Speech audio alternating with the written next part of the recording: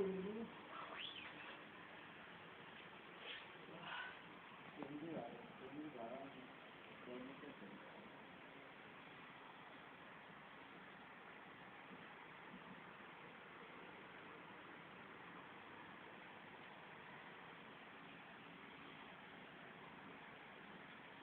คนอื่นไม่เคยใส่คนปากที่ปากคนเดียวมึงทำยังไงเมื่อวันเนี่ยหาที่นู่น ดีกันแล้วหรอเขาแบบแล้วห่วงกันอยู่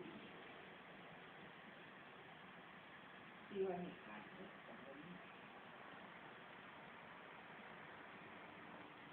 คิดดูสัญญาเพื่อเรียกว่าถ้าเลือกถ้าแบบมาพบกันอีกให้เตรียมของคืนกับทางนั้นคนมัน